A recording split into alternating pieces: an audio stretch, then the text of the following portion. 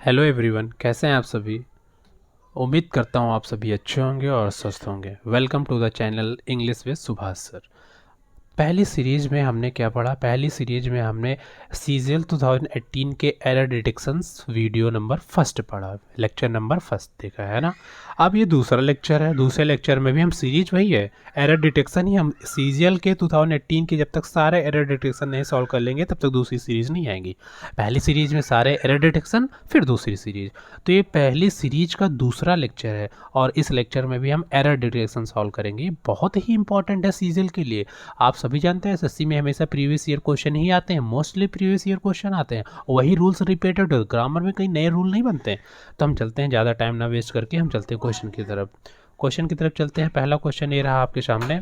पहला क्वेश्चन आपके सामने रहा, the river Yamuna has many non native species like gold fish that is affecting it's ecosystem. Question क्या कहना चाहता है? The river Yamuna has many non native species. River Yamuna, river में बहुत सारी ऐसी स्पीसीज हैं नॉन नेटिव, जो वहाँ की रहने वाली ही नहीं है। लाइक गोल्ड फिश, जैसे कि gold fish, that is affecting it's ecosystem, जो इसके यमुना के इकोसिस्टम को क्या कर रहा है? अफेक्ट कर रहा है, प्रभावित कर रहा है। अब आप इस को देख रहे हैं, हाँ बिल्कुल देख रहे होंगे आप। इज अब इसका आपको सब्जेक्ट क्या है भाई? इसके पहले तो दैट लगा है, दैट तो इसका सब्जेक्ट है ही नहीं है। दैट के पहले क्या गोल्ड फिश लगा? गोल्ड फिश भी इसका सब्जेक्ट नहीं है। तो इसके पहले आया हुआ नाउन ही क्या होगा? इज का सब्जेक्ट होगा। नाउन कहाँ लिखा है? ये देखिए, स्पीसीज लिखा हुआ है। स्पीसीज के पहले नॉन नेटिव, उसके पहले मैनी, यानी कि जो स्पीसीज है ये प्यूलर है। मैनी लिखा है, स्पीसीज प्यूलर है। अगर नाउन प्यूलर तो वर्ब भी प्यूलर होनी चाहिए। तो इस की जगह क्या यूज होना चाहिए? आर का प्रयोग होना चाहिए। समझ गए आप? उम्मीद करता हूँ आपको समझ आ गया होगा ये। और अब हम चलते हैं नेक्स्ट क्वेश्चन की तरफ। हमारा दूसरा क्वेश्चन आज का ये रहा। दूसरा क्वेश्चन हमारा ये रहा आपके सामने। दूसरे क्वेश्चन में देखिए भाई एरर क्या है। दूसरा क्वेश्चन पहले पढ़िए। दूसरा क्वेश्चन पढ़ते हैं। We will rest for some time when we will reach the top. Question कहना चाह रहा है कि जब हम टॉप पर पहुंच जाएंगे तब हम थोड़ी देर के लिए रेस्ट करेंगे। एक्चुअली ये कंडीशनल सेंटेंस है। कंडीशनल सेंटेंस में दो क्लासेस का प्रयोग होता है। आप देखिए, पहली क्लास ये स्टार्ट हो रही है सम टाइम से, और ये व्हेन क्या है? कनेक्टर है, दोनों को कनेक्ट कर रहा है। दूसरी क्लास ये स्टार्ट हो रही है, दूसरी क्लास ये है ना। अब थोड़ा सा हम आपको कंडीशनल सेंटेंस के बारे में बताना चाहेंगे। कंडीशनल सेंटेंस चार प्रकार के होते हैं। पहला होता है जीरो कंडीशन, फिर फर्स्ट कंडीशन, फिर सेकंड कंडीशन और फिर थर्ड कंडीशन। ध्यान से सुनिएगा, मैं जल्दी से बता दे रहा हूँ। इसके बाद कंडीशनल सेंटेंस अपने आप में एक टॉपिक है, बहुत ही इंपॉर्टेंट टॉपिक है एसएससी को लेकर के। इसके बारे में नया लेक्चर लेके आऊँगा, इसको पूरे डिटेल में समझाऊंगा इसको आपको। तो जीरो कंडीशन में क्या होता है? जीरो कंडीशन में दोनों क्लासेस प्रेजेंट, सिंपल प्रेजेंट में यूज होती है दोनों क्लासेस। और फिर जीरो कंडीशन, फर्स्ट कंडीशन में क्या होता है? फर्स्ट कंडीशन में जो पहली एक क्लास सिंपल प्रेजेंट में और दूसरी क्लास क्या होगी? फ्यूचर टेंस में होगी। जो फिर सेकंड कंडीशन है, सेकंड कंडीशन में क्या होता है? सेकंड कंडीशन में एक क्लास होती है सिंपल पास्ट में और दूसरी क्लास होती है वुड प्लस वर्ब की फर्स्ट फॉर्म में। और जो लास्ट कंडीशन है, थर्ड कंडीशन को लास्ट कंडीशन कहते हैं। थर्ड कंडीशन, जो लास्ट कंडीशन है, एक क्लास पास्ट परफेक्ट में यूज होती है और दूसरी class would have plus verb की थर्ड फॉर्म में यूज होती है। तो ये रहा कंडीशनल सेंटेंस। अब आप सेंटेंस को देखिए। सेंटेंस में लिखा है दोनों क्लासेस में विल का प्रयोग हुआ है। ये देखिए, लेकिन ऐसा तो कोई कंडीशन है ही नहीं जहाँ पर दोनों में विल का प्रयोग हो, है ना। तो ये जो क्लास है, ये we will rest for some time, ये क्या? ये मेन क्लास है। और ये जो व्हेन के बाद जो क्लास आ रही है, we will reach the top, ये कौन सी क्लास है? ये सब ऑर्डिनेट क्लास है। इसलिए यहाँ पर जो विल आया हुआ है, ये जो विल आया है सबऑर्डिनेट क्लास के, ये विल होगा ही नहीं। इस विल को हम हटा देंगे। व्हेन के बाद आने वाली क्लास में हम विल का प्रयोग नहीं करेंगे। सेंटेंस कैसा बनेगा? We will rest for some time when we reach the top. जब हम टॉप पर पहुंच जाएंगे तब हम थोड़ी देर के लिए रेस्ट करेंगे, तो विल यहाँ से हट जाएगा। उम्मीद करता हूँ आपको क्वेश्चन समझ आ गया होगा। और अब हम चलते हैं तीसरे क्वेश्चन की तरफ। तीसरा क्वेश्चन भाई ये रहा आपके सामने। तीसरा क्वेश्चन पढ़िए। तीसरा क्वेश्चन आपके सामने रहा, she forget lock the door, she forget lock the door when she went out in a hurry. वह गेट बंद करना भूल गई जब वह चली गई जल्दी में। वेंट आउट बाहर चली गई, इन अ हरी जल्दी में बाहर चली गई, तो गेट लॉक करना भूल गई। देखो भाई लिखा है she forget lock the door. Forget माने क्या होता है, जैसा आप जानते हैं भूल गई। अब लॉक द डोर क्या होता है, लॉक द एक्चुअल में एरर क्या है, एरर क्या है, लॉक की जगह पर टू लॉक होना चाहिए। क्या भूल गई, टू लॉक, गेट को लॉक करना, टू लॉक LOCK। अच्छा टू और लॉक, ये तो लॉक तो वर्ब है, बंद करना है ना, इसके पहले टू का प्रयोग हो गया। अगर टू और वर्ब की फर्स्ट फॉर्म मिलकर के क्या इन्फिनेटिव बनाते हैं। सिर्फ अगर टू हटा भी दे तो ये बेयर इन्फिनेटिव होता है, लेकिन बेयर इन्फिनेटिव का यूज फॉरगेट के बाद, फॉरगेट वर्ब के बाद नहीं होता है, तो ये इन्फिनेटिव का यूज होता है। तो इन्फिनेटिव पूरा मिलकर क्या बनेगा, टू लॉक। तो she forget to lock the door when she went out in a hurry. जब वह जल्दी में चली गई तो क्या गेट लॉक करना भूल गई, ये एरर। तो लॉक की जगह क्या हो जाएगा, टू लॉक हो जाएगा। उम्मीद करता हूँ आपको समझ आ गया होगा क्वेश्चन। और अब हम चलते हैं अपने नेक्स्ट क्वेश्चन की तरफ, fourth number question. Fourth number question को आप समझिए, लिखा हुआ है, लिखा हुआ क्वेश्चन पढ़िए आप। लिखा है Lodi colony in Delhi is very different from other places in the city that is crowded and noisy। Question आप समझिए, आपको बहुत इस तरह का क्वेश्चन मैं अभी भी समझा चुका हूँ, अगर आप समझें अच्छे से। देखिए क्वेश्चन क्या है, फिर से समझिए आप question. Lodhi colony in Delhi is very different from the other places in the city that is crowded and noisy. आप इस इज़ को देख रहे होंगे, बिल्कुल देख रहे होंगे।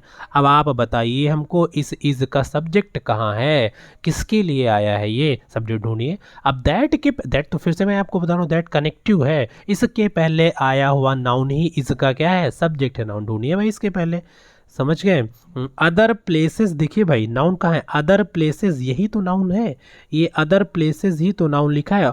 और इन अदर प्लेसेस के बाद इन द सिटी जो लिखा है ये एडवर्ब है, हमें समझ रहे, ये एडवर्ब है। जो अदर प्लेसेस है वो सब्जेक्ट है किसका, इज का। अब अदर प्लेसेस तो प्यूलर है, बिल्कुल है प्यूलर, अदर प्लेसेस आप समझ रहे हैं, तो इज तो सिंगुलर होता है, तो इज की जगह क्या हो जाएगा, आर हो जाएगा। ये एरर है इसमें, इज की जगह क्या हो जाएगा, आर हो जाएगा। हाँ तो 4 नंबर क्वेश्चन आपको समझ आ गया होगा, इस की जगह पर क्या आर होगा, है ना। मैं उम्मीद करता हूँ कि क्वेश्चन आपको समझ आ गया होगा। अब हम चलते हैं अपने नेक्स्ट क्वेश्चन की तरफ। नेक्स्ट क्वेश्चन 5 नंबर क्वेश्चन होगा, और देखते हैं 5 नंबर क्वेश्चन। 5 नंबर क्वेश्चन ये रहा आपके सामने, चलिए क्वेश्चन को पढ़ते हैं। क्वेश्चन लिखा हुआ है, the Japanese artist Yo Nagao was busy splashing the wall from the colours. Question को आप एक बार पढ़िए और एरर फाइंड करिए, देखिए भाई क्या गलत लिखा हुआ है। हम फिर से क्वेश्चन को पढ़ते हैं। The Japanese artist Yo Nagao was busy splashing the wall from the colours. ये जो स्प्लैशिंग लिखा हुआ है, स्प्लैश एक्चुअल में स्प्लैश के साथ कौन से बहुत सारी ऐसे वर्ब होती है जिनके साथ कोई ना कोई पर्टिकुलर प्रीपोजिशन आती है और उनका एक पर्टिकुलर मीनिंग होता है। इसी तरह से होता है स्प्लैश विथ होता है, स्प्लैश विथ होता है। स्प्लैश विथ माने क्या होता है, किसी चीज, किसी तरल से किसी चीज को पूरी तरह से भिगो देना। तो स्प्लैश के साथ हमेशा प्रीपोजिशन क्या आता है, विथ आता है ना। तो क्वेश्चन कहना क्या चाहता है, the Japanese artist Yo Nagao was busy splashing the wall with colours. ये फ्रॉम की जगह पर विथ होना चाहिए, समझ गए आप। हाँ तो जापानीज आर्टिस्ट यो नागाओ क्या था, वो बिजी था, किस चीज़ में बिजी था, splashing the wall with colours, wall को कलर्स से भिगोने में क्या बिजी था। ये तो फ्रॉम की जगह क्या होगा, विथ होगा। स्प्लैश विथ माने होता है किसी तरल से, किसी लिक्विड से किसी चीज़ को पूरी तरह से भिगो देना। आई होप, उम्मीद करता हूँ क्वेश्चन आपको समझ आ गया होगा। और अब हम चलते हैं नेक्स्ट क्वेश्चन की तरफ। नेक्स्ट क्वेश्चन नंबर 6 है। क्वेश्चन नंबर 6 आपके सामने ये रहा। क्वेश्चन नंबर 6 में देखिए भाई, लिखा हुआ है, the Doon valley with all its lights look beautiful. फिर से देखिए आप क्वेश्चन को, फिर से पढ़ते हैं हम। द डून वैली है ना, इसके बाद लिखा है with all its lights look beautiful at night from the top of the mountain. Main subject हमारा तो यही है ना, मेन सब्जेक्ट हमारा क्या है, मेन सब्जेक्ट हमारा सिर्फ डून वैली है।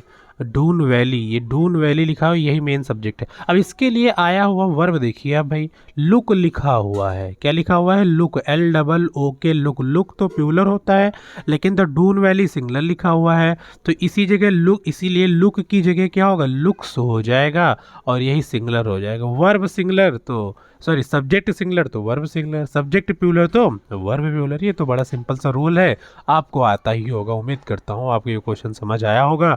और अब हम चलते हैं अपने नेक्स्ट क्वेश्चन की तरफ। नेक्स्ट क्वेश्चन हमारा ये रहा 7 नंबर क्वेश्चन। 7 नंबर क्वेश्चन में हम पढ़ते हैं। 7 नंबर क्वेश्चन बहुत ही ईजी है आपके हिसाब से, और SSC सीजल की तैयारी अगर आप कर रहे हैं तो आपके लिए इजी ही होना चाहिए, है ना। तो चलते हैं, क्वेश्चन पढ़ते हैं। लिखा है each of the girls have given an impressive dance performance, have given an impressive dance performance. देखो ईच ऑफ द लिखा है, ईच ऑफ के बाद आने वाला नाउन प्यूलर होता है, जो कि गर्ल्स लिखा हुआ है प्यूलर, लेकिन रुको भाई, ईच के बाद आने वाला नाउन सिंगुलर और वर्ब सिंगुलर, ईच ऑफ के बाद आने वाला नाउन प्यूलर लेकिन वर्ब सिंगुलर, मतलब कि वर्ब दोनों कंडीशन में सिंगुलर होती है ना। तो यहाँ हैव की जगह क्या होगा इस हैव की जगह पर हैज़ का प्रयोग होगा। बस यही इस सेंटेंस का क्या है, एरर है। हैव की जगह has. Each of the girls has given an impressive dance performance. समझ गए आप? उम्मीद करता हूँ आपको क्वेश्चन समझ आ गया होगा। और अब हम चलते हैं अपने नेक्स्ट क्वेश्चन की तरफ। नेक्स्ट क्वेश्चन नंबर 8 है। 8 आप क्वेश्चन नंबर समझिए। लिखा हुआ है if so many catches had not been, देखो भाई क्या बीइंग लिखा हुआ है एक्चुअल में, had not being dropped we would have won the match. Question कहना चाहता है अगर बहुत सारी कैचे ना छोड़ी गई होती तो हम मैच जीत गए होते। समझ गए? ये एक कंडीशनल सेंटेंसेस है। कंडीशनल सेंटेंस की कंडीशन नंबर 3 है ना, और 3 को ही लास्ट कंडीशन कहते हैं। ये ऐसी कंडीशन को दिखाता है जो पूरी तरह से क्या, अकाल्पनिक हो, जो कहीं से भी सत्य होने वाली ही ना हो। तो चलो हम एरर फाइंड करते हैं। अच्छा देखो भाई, हैड नॉट के साथ बीइंग लिखा हुआ है, ये देखो बीइंग कभी आता ही नहीं, हैड नॉट के साथ बीन आता है, BEEN। अगर ये पैसिव बनेगा तो बीन आ जाएगा। BEING बीइंग हमेशा वर्ब बीइंग हमेशा इज, MR, वॉज, वर इनके साथ आता है। बी फॉर्म के, प्रेजेंट की बी फॉर्म और पास्ट की बी फॉर्म, इन्हीं के साथ बीइंग का प्रयोग हो सकता है। वो भी कहाँ पर, वो भी ये पैसिव वॉइस में प्रयोग हो सकता है। हैड के साथ बीइंग नहीं, बीन, BEEN बीन का प्रयोग होता है। तो यहाँ पर ये एरर था। आई होप ये आपको समझ आया होगा। आप चलते हैं नेक्स्ट क्वेश्चन की तरफ। नेक्स्ट क्वेश्चन नंबर 8 है, सॉरी 9 है, 8 हो गया। 9 क्वेश्चन नंबर की तरफ चलते हैं, और 9 क्वेश्चन नंबर ये रहा आपके सामने। 9 नंबर में देखिए भाई, लिखा है most disputes can be solved amicably. बहुत सारे डिस्प्यूट्स, विवाद जो हैं, कैन भी उनको सॉल्व किया जा सकते हैं एमिकेबली, मतलब मित्रता के सहारे, मतलब बैठ के बातचीत करके, इसके सारे। Unless one are not rigid, one are not rigid. अच्छा अनलेस में एक, अनलेस का मैं आपको एक रूल बता दूं। अनलेस जिस सेंटेंस में आया है, सेंटेंस एक अलग बात होती है, सेंटेंस बड़ा होता है। सेंटेंस का जो एक हिस्सा होता है क्लास, जिस क्लास में अनलेस आया उस क्लास में दूसरा नॉट नहीं आ सकता, क्योंकि अनलेस के अंदर खुद ही अपना एक नॉट होता है। तो पहली बात तो ये नॉट गलत समझ के, एक्चुअल में इस सेंटेंस में 2 एरर हैं। ये नॉट होगा ही नहीं, पर होगा ही नहीं, इसकी जगह कुछ नहीं लिखेंगे। उसके बाद लिखा है वन आर, वन, ये देखो वन लिखा है, उसके बाद ये आर लिखा हुआ है। वन आप जानते ही होंगे क्या होता है, वन आप जानते होंगे क्या होता है, इनडेफिनेट प्रोनाउन है। वन क्या है, इनडेफिनेट प्रोनाउन है, और ये हमेशा सिंगुलर की तरह ट्रीट किया जाता है, सिंगुलर की तरह ट्रीट किया जाता है। तो वन तो होगा ही, वन के बाद इज का प्रयोग होगा। Unless one is rigid, unless one is rigid, ये क्वेश्चन होगा। अगर कोई पूरी तरह से दरल, कठोर ना हो, मतलब कि कोई बात ऐसा व्यक्ति ना हो कि कोई बात ही ना माने, है ना, अपनी बातों पर बिल्कुल अड़ा रहे, तो ऐसा ना हो। अगर ऐसा होगा तो फिर डिस्प्यूट नहीं सॉल्व होगा, नहीं तो फिर बैठ के बातचीत करके जो डिस्प्यूट है वो सॉल्व हो जाएगा। यही क्वेश्चन कहना चाहता है। तो एरर क्या है इस क्वेश्चन में? एरर 2 हैं। क्या एरर है? एक तो नॉट नहीं होगा, और दूसरा एरर क्या है? दूसरा एरर है आर की जगह पर इज होगा। बात समझ आई? उम्मीद करता हूँ ये आपको समझ आ गया होगा। और अब हम चलते हैं अपने लास्ट क्वेश्चन, नेक्स्ट क्वेश्चन, जो भी लास्ट क्वेश्चन है ना। लास्ट क्वेश्चन क्या है भाई, पढ़िए जरा। लास्ट क्वेश्चन लिखा हुआ है, in the northern suburb of of Bengaluru, home to the bulk of the information technology industry, the water crisis is even worst. अच्छा, वर्स्ट आप जानते हैं क्या लिखा है? सुपरलेटिव डिग्री लिखी, बैड वर्स वर्स्ट, बैड की सुपरलेटिव डिग्री लिखी हुई है। और सुपरलेटिव डिग्री के पहले इवन का प्रयोग होता ही नहीं है, समझ गए? ये रूल है, ये रूल हम आपको बताएंगे अभी। ये सब, ये पहली सीरीज है, इस सीरीज में हम सिर्फ प्रीवियस ईयर क्वेश्चन सॉल्व करेंगे। इसके बाद जो नेक्स्ट सीरीज होगी उस पे हम बहुत सारे क्वेश्चंस लाएंगे रिलेटेड टू रूल्स। तो इवन का यहाँ पर प्रयोग नहीं होगा और बाकी पूरा सेंटेंस सही है। क्या कह रहा है sentence? In the northern suburb of Bengaluru, home to the bulk of the information technology industry, the water crisis is worst. समझ गए? उम्मीद करता हूँ क्वेश्चन आपको समझ आया, उम्मीद करता हूँ क्वेश्चन आपको समझ आ गया होगा। अगर आपको क्वेश्चन समझ आ गया होगा तो आप चैनल को लाइक जरूर करें, शेयर जरूर करें, सब्सक्राइब जरूर करें। उम्मीद करता हूँ आपको समझ अच्छे से आया होगा। तो तब तक के लिए बाय बाय, टेक केयर। और चैनल को सब्सक्राइब जरूर करें, शेयर जरूर करें। Bye bye, take care.